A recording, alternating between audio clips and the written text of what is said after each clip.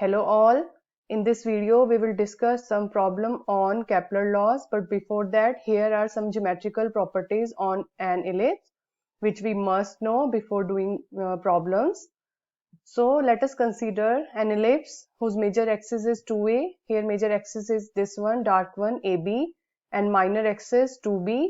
This dotted line from C is minor axis. Then we all know eccentricity of an ellipse is given by this formula, E square is equal to 1 minus B square over A square. Now here are some results for an ellipse. Let P be a point on ellipse. This is any point on ellipse. Then result is sum of distance of this point from the foci. F is one focus and S is second focus. Distance of P from F, FP. Distance of P from S, SP. Their sum is equal to 2a. So this is the result for any point. Means if P moves to A like this, then distance FP becomes FA and SP becomes SA. So that result is true for A point also. Means FA plus SA is equal to 2A. Likewise, if P moves to C, then we have distances from foci FC and SC. So result for C also, FC plus SC is equal to 2A. Now see these two triangles OFC and OSC. These two are similar. Why? Because F and S both are at the equal distance from the center of ellipse. And also this angle and this angle both are right angle triangles. So triangles are similar. From the result of similarity, we can say this side which is hypotenuse of this triangle and this side which is also hypotenuse of second triangle. FC is equal to SC. And since we know their sum is equal to 2A, so each side is equal to A. We can say FC, say this result here, FC is equal to SC is equal to A. Now again this triangle is right angle triangle. We can use Pythagoras theorem also. So using that theorem, we have OF square is equal to FC square minus OC square. Now we just proved that FC is equal to A, and what is OC? See, this OC is half of the major axis. Major axis is 2B, so OC will be B. So substituting these values, we have OF square is equal to A square minus B square. Now A square minus B square is equal to A square E square from this result. Okay. So now we have OF is equal to AE. Since F and S both are at equal distance, therefore OF is equal to OS. So we can say OF is equal to OS is equal to AE. Both are AE. So this is the result we'll use in our problems. So first problem is a particle describes an ellipse under a force mu over r square to a focus. We have to show that at the end of minor axis, velocity at the end of minor axis is geometrical mean between greatest and least velocity. So let we consider this V is the velocity at the end of minor axis. This is minor axis, and greatest and least velocity. If we are considering F as a focus, then we already discussed in our last videos that if F is focus, then point nearer to F have greatest velocity and point which is farther to F has least velocity. Okay, so this point A is at maximum distance from F. So at this point velocity is minimum. If distance is maximum, then velocity is minimum. Okay, and if distance is minimum, this distance, then velocity is maximum or greater. So here V2 is greatest velocity and V1 is least velocity. Now we have to prove that this V is geometric mean of V1 and V2. That means we have to prove V square is equal to V1, V2. So to prove this, we already know this formula of velocity for an ellipse is given by V square is equal to mu 2 by r minus 1 by a. So we'll apply this formula one by one for all the velocities, first for V, then for V1 and then for V2.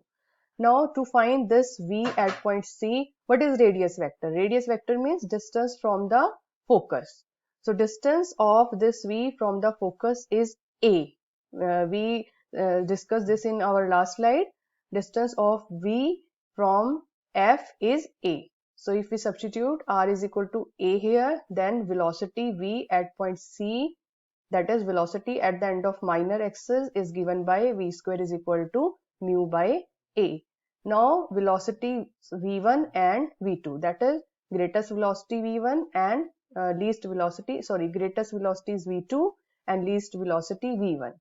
For that, what is radius vector for V1? See this one, radius vector of V1, that is distance from F, is given by FA, and we can write FA is equal to FO plus OA. Now what is FO? We discussed in last slide. FO is AE, and what is OA? OA is half of the major axis, that is A.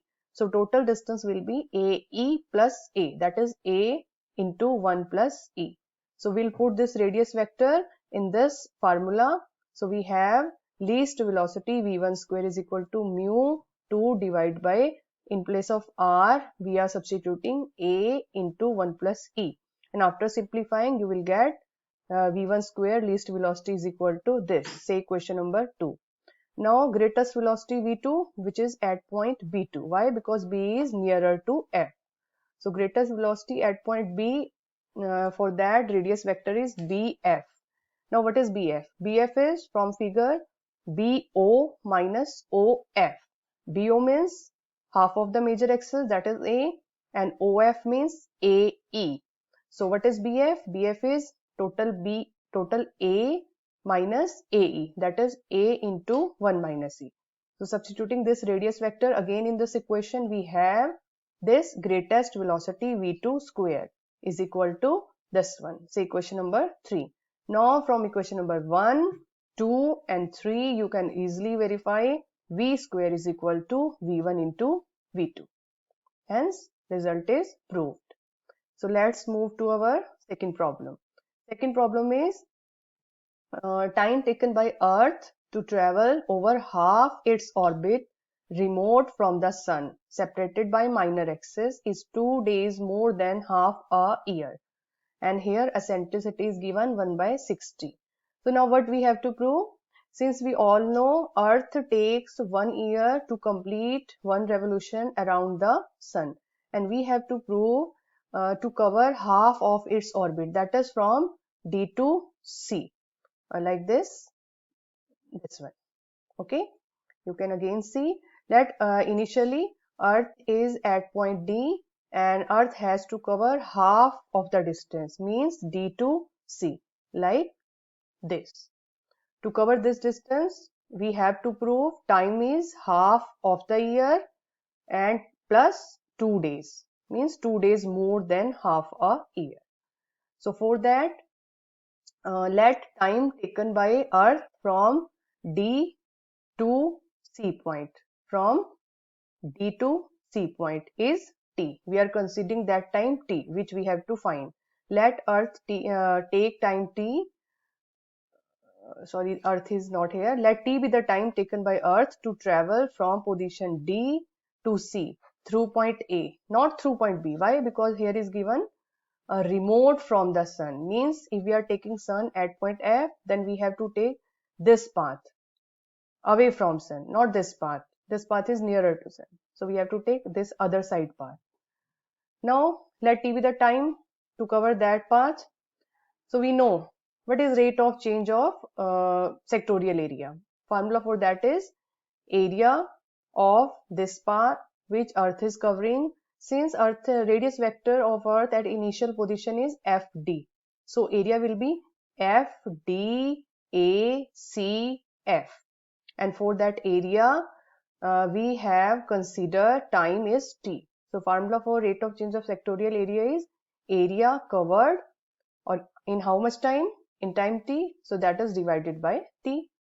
Now we'll divide this area into two parts. Since you can see we have two parts, this is triangle and this is half of the ellipse. So we divided whole area into two parts. Area of this part DACD, see figure DACD, this is half of the ellipse, and area of this triangle.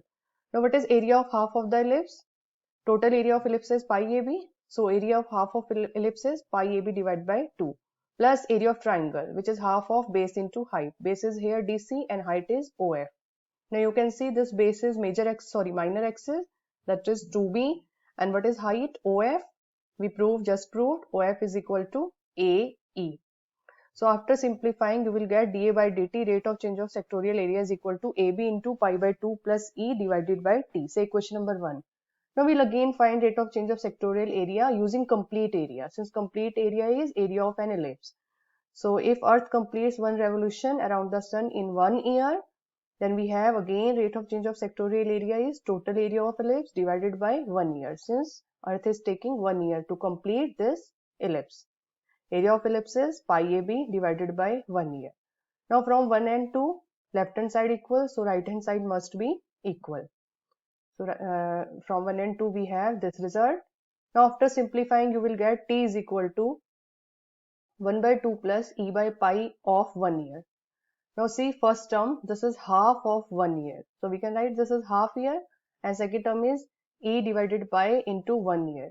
And we'll put 1 year is equal to 365 days. Now what is value of E from the statement? Its value is 1 by 60 and pi is 3.14. After solving, you will get 1.9 days. So we have time half year plus 2 more days, which means time taken by Earth to travel over half the period is 2 days more than half the year. Hence, the result is proved. Thank you.